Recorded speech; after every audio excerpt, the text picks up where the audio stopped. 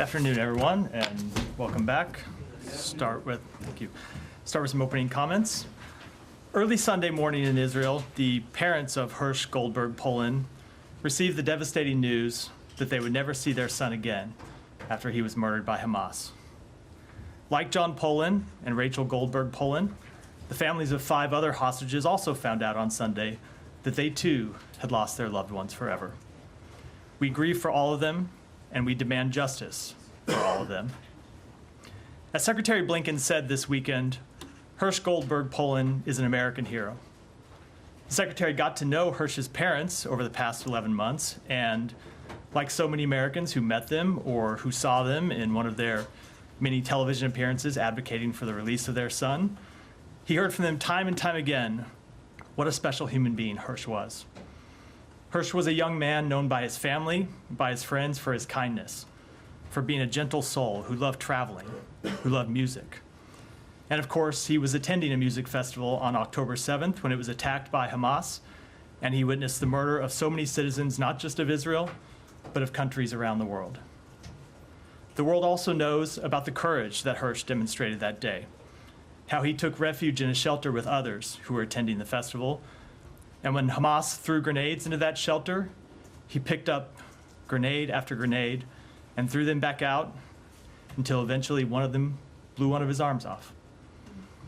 Hirsch continued to demonstrate that same courage for the 330 days he spent in Hamas captivity. Tragically, any deal to bring home the hostages will come too late for him. But there are dozens of hostages still remaining in Gaza, still waiting for a deal that will bring them home. It is time to finalize that deal. The people of Israel cannot afford to wait any longer. The Palestinian people, who are also suffering the terrible effects of this war, cannot afford to wait any longer. The world cannot afford to wait any longer. Over the coming days, the United States will continue to engage with our partners in the region to push for a final agreement. During talks last week, we made progress on dealing with the obstacles that remain, but ultimately, finalizing an agreement will require both sides to show flexibility. It will require that both sides look for reasons to get to yes, rather than reasons to say no. In a speech 2 weeks ago, John Polin, the father of Hirsch Goldberg Polin, said, "There's a surplus of agony on all sides of the tragic conflict in the Middle East, and in a competition of pain, there are no winners. That pain, for Israelis, for Palestinians, for the region, has gone on for far too long. It's time to reach a ceasefire that brings the hostages home, that alleviates the suffering of the Palestinian people, and that ultimately brings an end to this war, and that's exactly what we will continue to push to reach." Matt? Thank you, Matt. Welcome back from Thank you. summer. So can I just ask extremely brief, I've got 2. Yeah. Just first, when you say we demand justice for his death and the death of the other hostages, can you be a little bit more specific as to what that means? Sure. Ultimately, we want to see those responsible for his death brought to justice. That can happen one of several ways. It could be brought to justice through the judicial system, either an Israeli judicial system, or, of course, while I can't speak for the American judicial system, obviously the Justice Department does look to bring to hold responsible those accountable for the deaths of American citizens. It could also be by bringing terrorists to justice through other means. It could be through terrorists who die on the battlefield in Gaza, including those responsible for his death. Including though, but not specifically those responsible for his death. Because do you have any hope of finding out who actually was, the individual? I don't know if individuals who were actually responsible for them. I do not know whether we will find out. Yes, I do not know whether we'll find out exactly which individuals were responsible. But ultimately, we hold the Hamas leadership responsible for the death of Hirsch, the death of the other hostages, as we hold them responsible for the deaths on October 7th, as well as, of course, the individual Hamas members who would have been responsible for this particular murder. But not the Palestinian people. No, Palestinian of course civilians. not. Of course not. Okay, because they are bearing the brunt of what's going on right now. But in your mind, at least, that is not justice. Of course not. Absolutely not. Hostages who were killed. Yeah. Okay. Now on the talks that you mentioned, can you be I know that you won't get into the specifics of the talks, but can you be as detailed as possible about where these talks are, who is involved in them?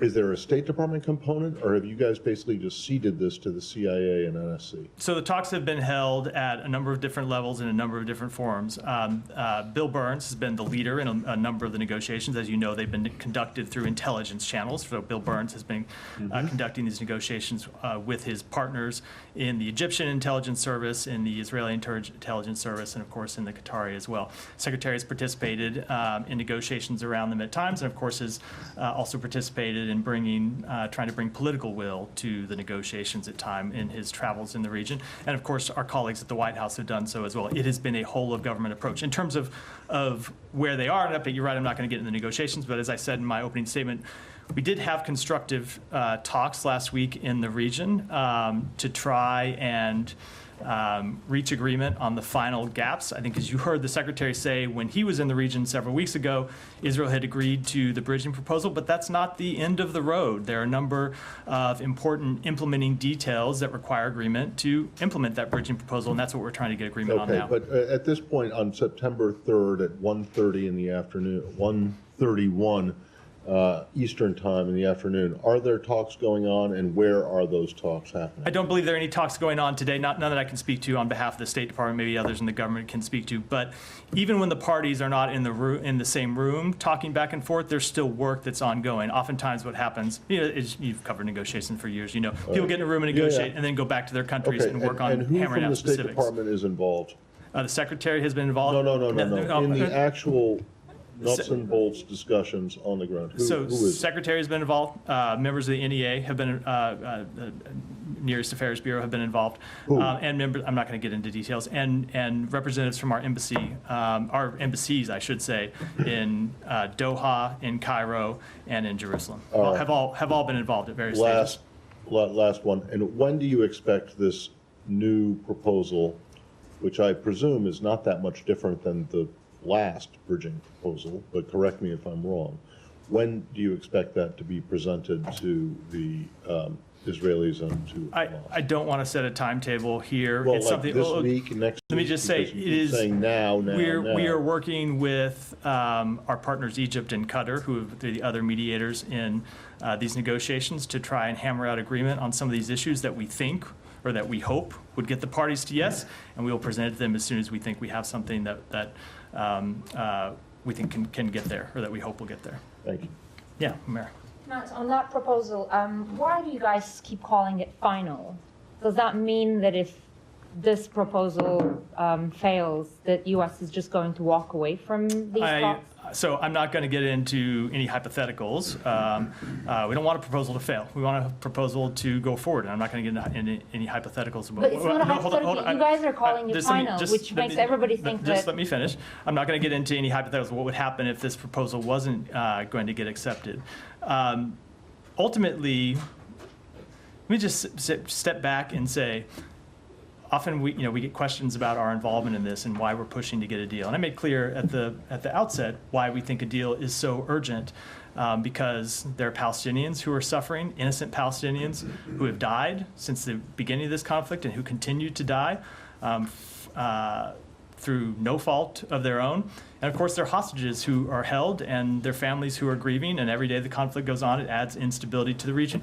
But ultimately, the United States cannot commit to an agreement on this. We are not a party to this conflict. It requires Israel and it requires Hamas to make difficult decisions to reach an agreement. And what we will continue to do on behalf of the United States, and what we believe Qatar and Egypt will continue to do, is to impress upon those parties why an agreement is in their interest and why an agreement is in the interest of the region. But ultimately, we're not the ones that can make that decision. So are you saying that if, for whatever reason, they don't sort of show the flexibility and they don't actually take the deal, that there is a chance the United States... Okay, let me ask this way. Can you rule out that U.S. will stop efforts to achieve a ceasefire and bring the hostages back? So I just don't want... I know where you're trying to go with this, and I do respect it, Humera. I'm not trying to play games with it. I want to take this one step at a time.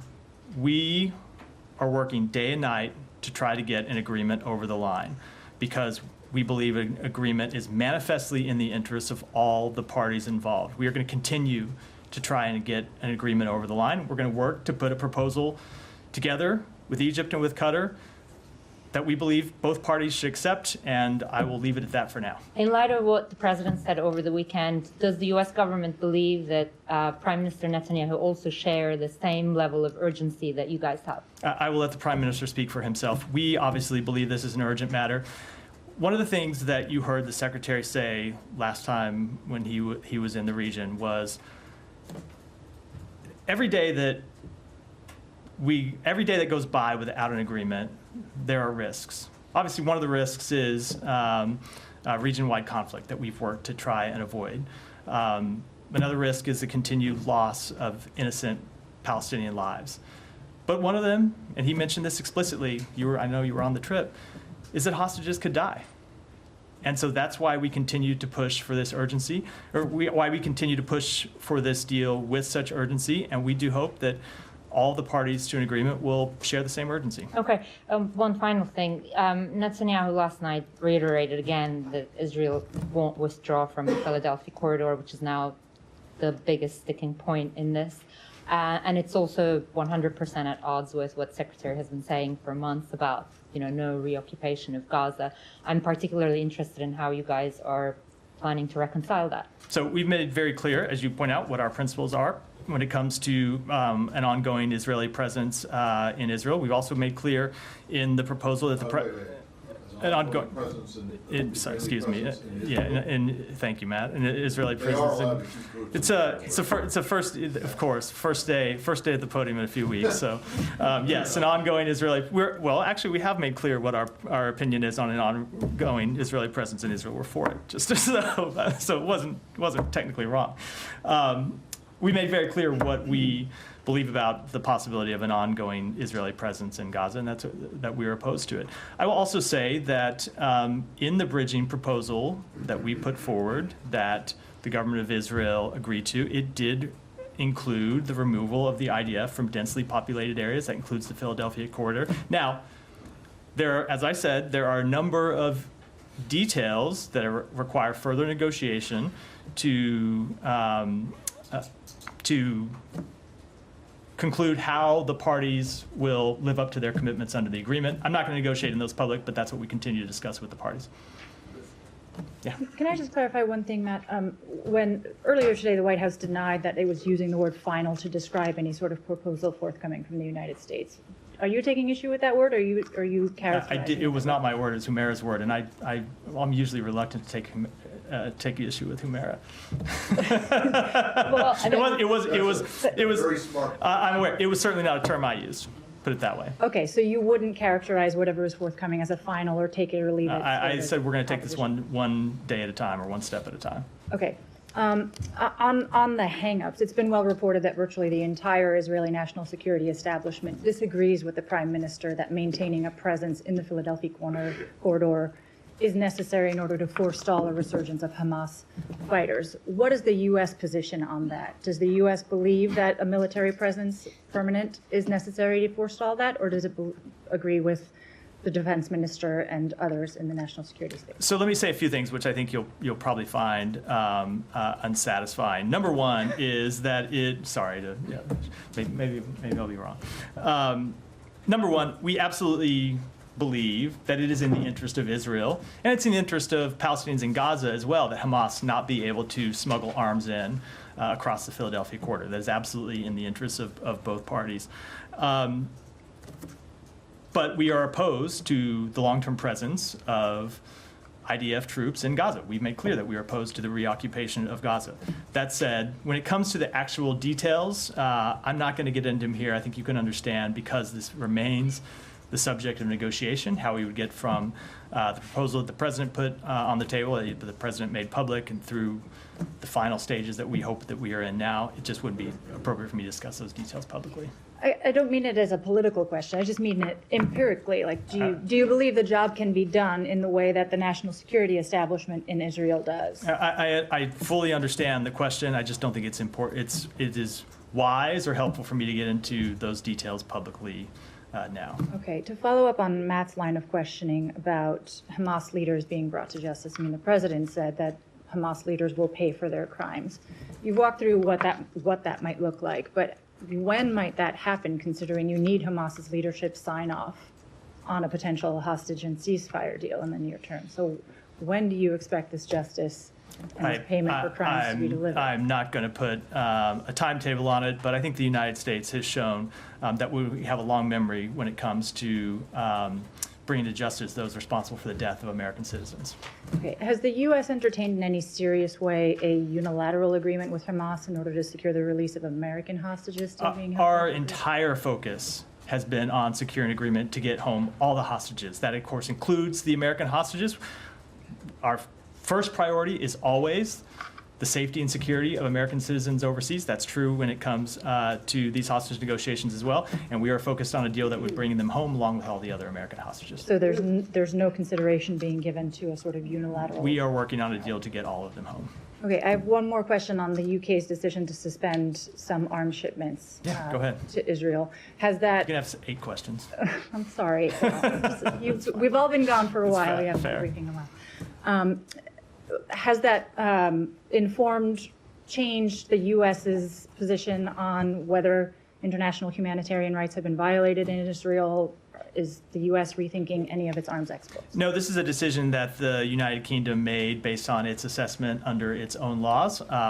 We have our assessments that are ongoing when it comes to looking at possible violations of international humanitarian law, and those continue to be ongoing. Okay, the last we heard of those publicly was in April with the National Security Memorandum. There's been no update since April about the U.S.'s visibility into use of U.S. weapons. No, there continue to be a number of cases that are under review. As you know, it's an ongoing conflict. Oftentimes, when it comes to looking at specific cases, there are differing accounts that we have to sift through to try to gather information about actually what happened. There are, as I said, a number of incidents that are under review, and those remain under review. I don't have any update on them.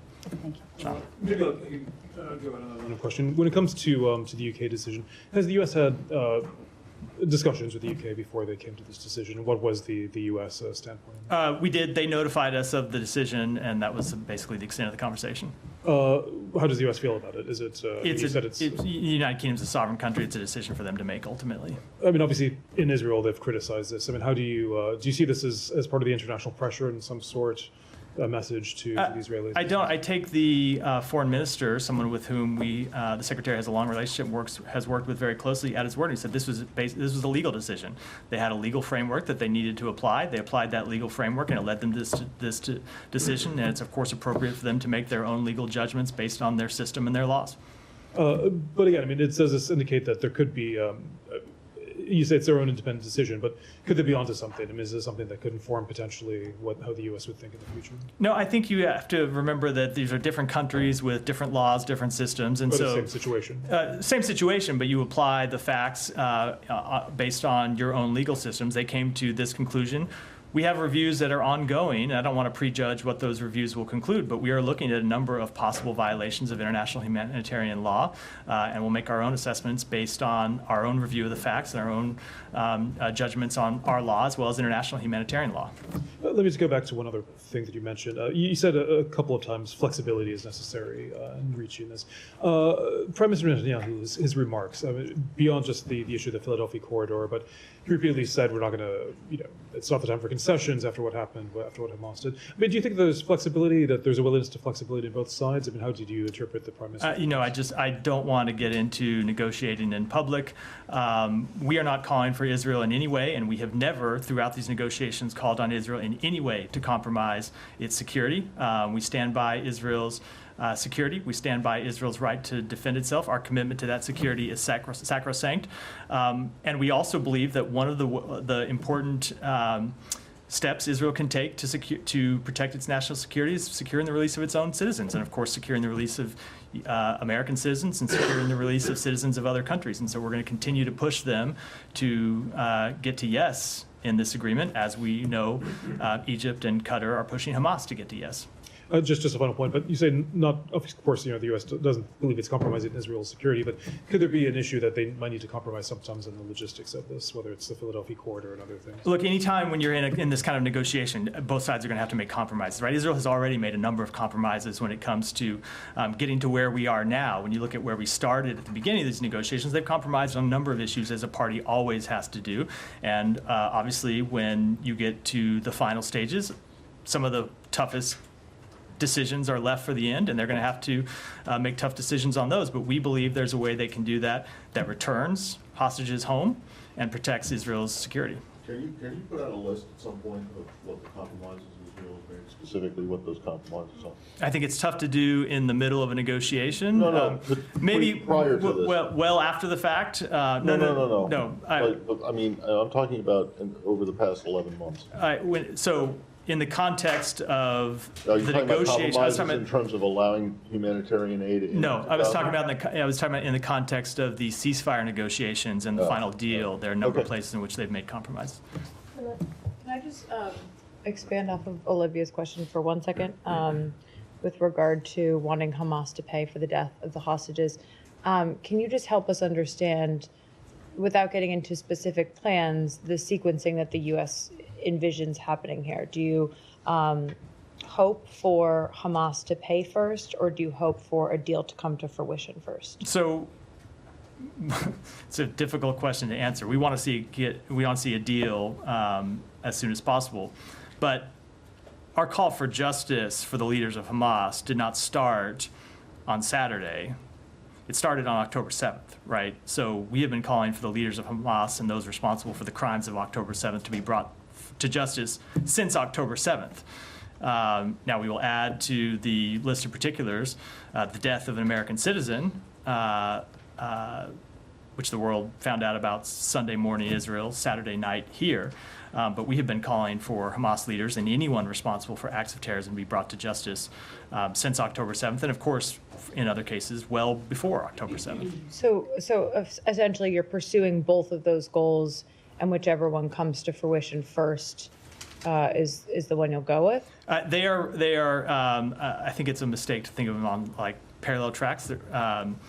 We have long called for Hamas to be brought to justice. That continues to be an overwhelming priority of the United States. I think it should be an overwhelming priority of the world to see Hamas brought to justice. But the U.S. hasn't put boots on the ground in Gaza to go after any of those Let me say it this way. leaders. Look, if the leadership of Hamas was not in place, you'd have an easier time getting to a ceasefire, I think, if Hamas was not in place at Gaza at all. That's not the reality we face, so we have to face this reality where we, at the same time, we want to bring the leaders of Hamas to justice. We are also trying to pursue a ceasefire because they're the ones, of course, who are the terrorist organization in Gaza that continues to hold American citizens and others hostages. So after this weekend, though, it is striking that you guys have repeatedly, talked about bringing Hamas to justice and making Hamas pay in recent days. Is there any change in the way that you pursue that goal? Would the U.S. consider giving any more resources to Israel to accomplish that goal, or putting any boots on the ground, anything like that? No, there's been no change to our strategy. And then to the Philadelphia corridor, just for a second, it's obviously a central sticking point. Does it have to be part of the next proposal? Has Hamas been very clear that without an agreement on the presence in the Philadelphia corridor, nothing can go ahead, or could you guys consider leaving that out of something? I'm just not going to get into that level of detail from the podium. Okay, final question for me.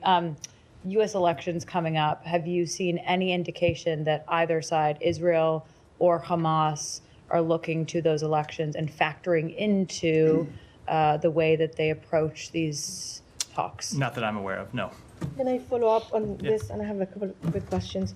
When Israel called for justice against Hamas leaders, they actually assassinated Ismail Haniyeh. So when you're calling for justice against Hamas leaders, you're not calling for assassination of the leaders, because that's against U.S. policy. Just want to clarify that. Correct. But I will say U.S. policy, when it comes to U.S. policy, we have long made clear that our first priority when it comes to terrorists is to see terrorists apprehended and brought to the United States to stand trial for their crimes. There are times when the U.S. cannot apprehend a terrorist because where they are on a battlefield, we don't have troops there, we don't have the ability to apprehend them, and so we do pursue other means to bring a terrorist to justice. That's true for Israel, it's true for other countries as well. Okay. Well, I guess that's the same with Bin Laden. That's probably what you're referring Correct. to. And Okay. many others over the years. Okay. The secretary has been to the region 9 times. Can you tell us what went wrong in his understanding or in the party's understanding of why this agreement could not be reached? Till we're talking now on whether we're using the word final or not. What happened?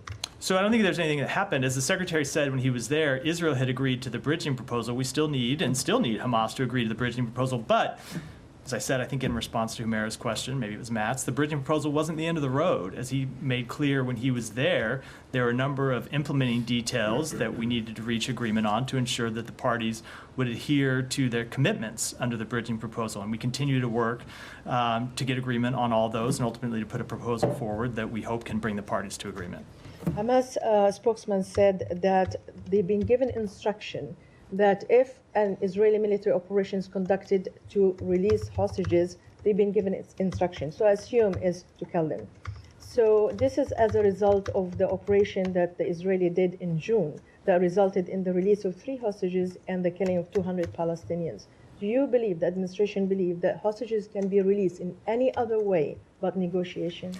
Sure, hostages can be rescued. Israel has rescued hostages in the same way the United States has rescued hostages, not in Gaza, but other places around the world, and other hostages have been rescued. So it's not to rule out the possibility of hostage rescues. They can take place.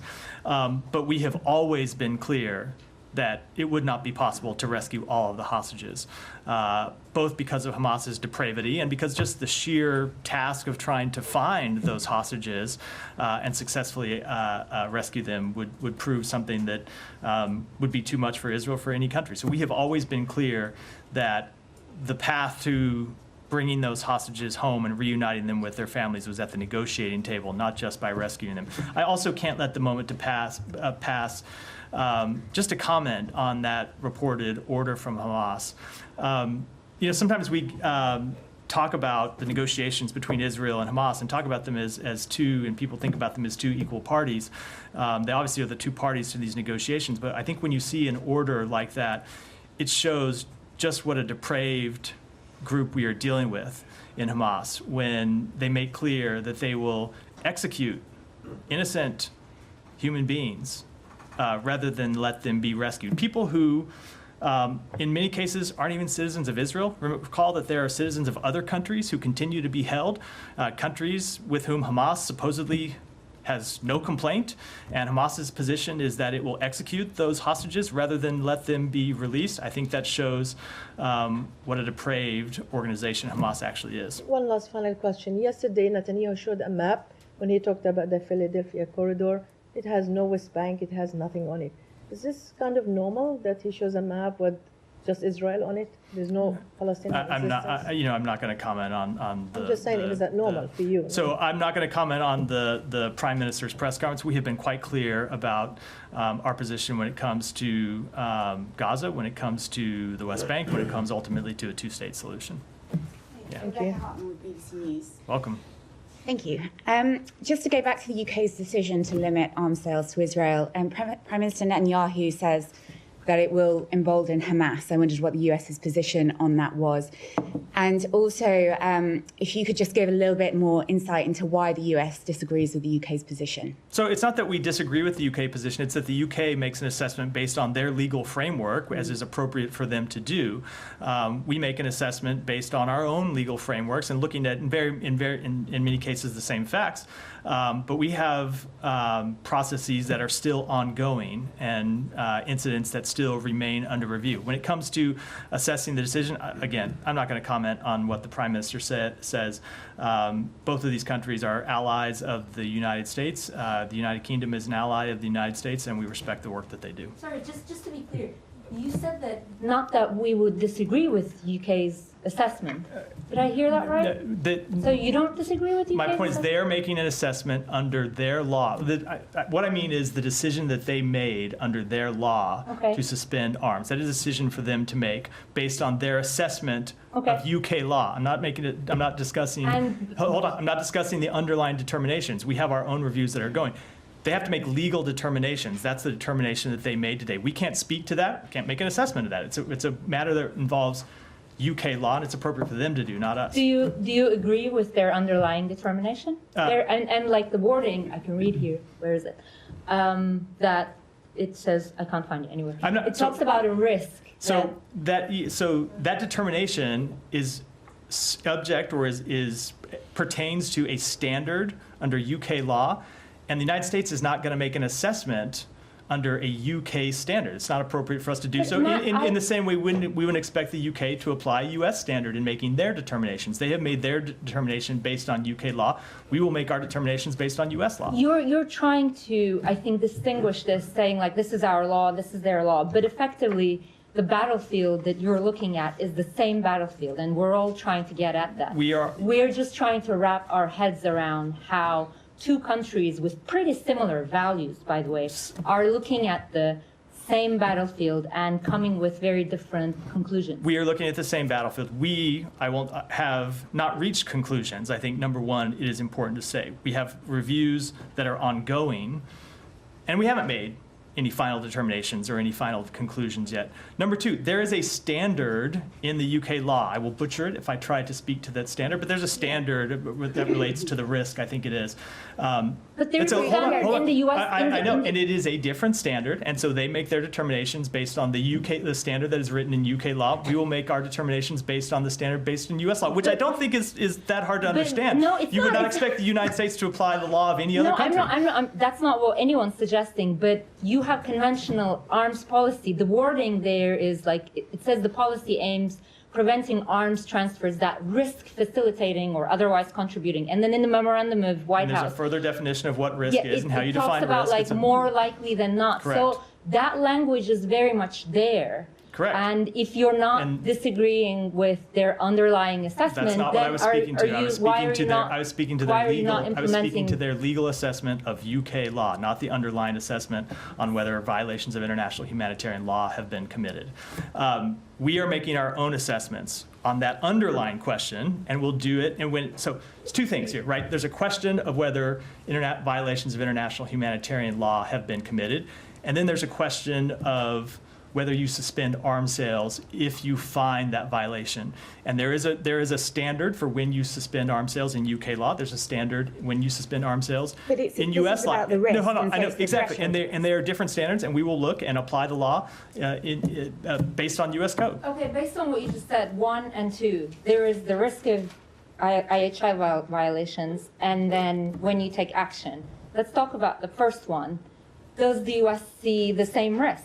We have said, so I can't speak to the level of risk. No, that no, we're hold not on, hold talking on. about You UK, said, we're hold talking on, about just let me answer. When you say the same, I assume you mean the UK. I can't speak to the level of risk that the UK sees. What I can say is when we released the National Security Memorandum Assessment, we said that it's reasonable to assess that there have been violations of international humanitarian law committed. We agree with that. What we are doing is going and looking at specific incidents to make specific judgments on those specific incidents, find if they have been remediated, if there were violations of international humanitarian law in specific incidents, what are the actions that Israel took, if any, and you have to answer those two questions before you can make those determinations under United States law. That's what we're doing. Well, can you give us the timeline when those assessments will be concluded? We will get them Because completed. we've all been asking We about will these get them for months. completed as soon as possible. Sorry, just- sorry. I don't know. I'm apologizing. You're the one that interrupted. Just a follow up. Was there a discussion between the US and the UK, or when did the UK inform you? They did notify us of the decision in advance. I'm not going to get into the exact timing, but they did notify us of the decision. Yeah, Jan. Thank you, Matt. Two questions on Russia and North Korea. The Russian Deputy Foreign Minister announced a revision to the nuclear doctrine that includes principles for the possible use of nuclear weapons. How would you react to this? Let me take that question and get your response. A second one, North Korean Kim Jong-un said he would fully support Russia's war in Ukraine. What impact do you think this will have on Ukraine armed North Korea? So we've already seen the impact for Ukraine of North Korea supporting that war when it comes to transferring weapons that have shown up on the battlefield, and we will continue to take action to hold Russia accountable for its actions in Ukraine and to hold North Korea accountable for its support for that war. Yeah. Thank you, Matt. If I may change subject to Georgia, I Please. know you discussed the foreign agent law of Georgia. Monday is the deadline for organizations to register under Georgia's foreign agents law, which is often referred to as a Russian law by the public. Do you have any update on that, including U.S. travel bans to certain Georgian officials? So the Georgia government continues to move in a deeply troubling direction, one that moves the country further away from its Euro-Atlantic trajectory, which the Georgian people we know overwhelmingly desire. We are concerned about the enforcement of this legislation for those entities that did not voluntarily register, including critical civic organizations and independent media. As part of our comprehensive review of bilateral cooperation between the United States and Georgia that the Secretary announced, as you know, we have implemented visa restrictions on dozens of Georgian individuals and their family members, including members of the Georgian Dream Party, members of parliament, law enforcement, and private citizens. And we have paused $95 million in assistance that directly benefited the government of Georgia. In response to that second part of your question, that review remains ongoing. I would not rule out further actions. And on U.S. relations to China, National Security Advisor Jake Sullivan has returned from last week's talk in China, and leaders from the two countries are expected to have phone call in coming weeks, followed by face-to-face talks. Can you talk about the top items on State Department's agenda regarding the U.S.-China relationship, and then can you give us an idea of high-level communications between the two countries, officials from the two countries, look like in September? Yeah, so in terms of issues that will make progress on, there's one overarching issue, and that is ensuring that the relationship between the United States and China, which is probably the most consequential relationship in the world, does not veer from competition into conflict. And that's why the diplomacy that we have been conducting under the President's leadership has been so critical to making sure that where there are areas of differences, we openly discuss those differences and make sure we at least understand where the other one's coming from, even if we can't reach agreement. But then there are other areas in which we hope to make progress, and those are the areas in which the President Biden and President Xi agreed to work together at Woodside in November. So cooperation on counter-narcotics, on sustaining military communications, on talks on AI risk and safety, and strengthening people-to-people exchanges. We look to continue to make progress with China on all of those issues. Related? Yeah. Thanks, Matt. Given what you just said about U.S.-China relations, over the weekend, the Pacific Island Forum removed a version of its communique that referred to Taiwan as a developing partner, which was based on a 1992 agreement allowing Taiwan to play a role in that entity leaders meeting. Now, under pressure from China, that line, reference to Taiwan as a developing partner, was removed from their communique, and a new one has been reposted. I was wondering if the State Department has any, if you have any comments on that. So I won't speak to the decision, to that decision, but of course, our One China policy has not changed. Are you aware if National Security Advisor Jake Sullivan brought this up in his meeting with last week? So as always, I will let the White House speak to meetings that the National Security Advisor had. Alex. Thank you. Going back to Ukraine, White House shared some reaction to today's Poltava strike, which is, one of a number of strikes throughout the past week. Yesterday, the president told us that he has been clear about the boundaries of U.S. support to Ukraine, what we can do, what we cannot do. Can you please speak to why you can't do what you can't do? So first of all, let me speak to what we have done, Alex, because I think sometimes people get lost, lose that in the debate when it comes to the particular question that is being presented to us at one time. That is the United States that has supported Ukraine from the beginning of this war, that has marshaled an international coalition to supply weapons and ammunition to Russia to repel Russian forces on the battlefield and to hold Russia accountable, and in the same way that we have marshaled an international coalition to impose sanctions and export controls and other measures on Russia. Now, we have adapted our policy over time based on changes in the battlefield. We continue to remain flexible and look at changes in the battlefield and adapt and adjust our policy when necessary, something the Secretary has spoken to, and that's what we'll continue to do. I mean, if you put yourself in Ukrainian shoes, you'll witness that the Russian bombers are better protected than Ukrainian civilians, and they wonder why is it that Russia still has free hand to strike. Russia does not have a free hand. We continue to supply. Well, hold on. We continue to supply Ukraine with air defense systems. If you might recall the question that you were asking me a number of times over the summer, why don't you do more to provide Ukraine with air defense systems? And then at the NATO summit, we announced the provision of a number of air defense systems that have been put in place to defend Kyiv and other cities across Ukraine.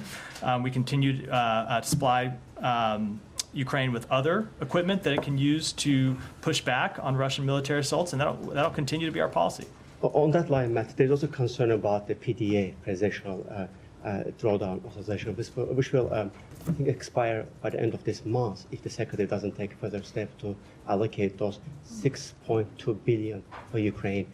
Is the department considering any way to? I'm not going to preview any actions before we take them, but I think one thing that you have consistently seen from this administration is a steady provisioning of lethal equipment to Ukraine throughout this war, and that will continue. But last year you did that 1.75 billion. And as I said, I'm not going to. I'm not going to speak to any decision. If you look at the totality of our assistance, the billions of dollars that we have provided in security assistance, including in the time period which you discussed, I think it's pretty hard to question our commitment, Alex. One more for me, if I may. On Mongolia's failing to execute the ICC arrest warrant for Putin, what does it tell about the international rule of order and international criminal justice system?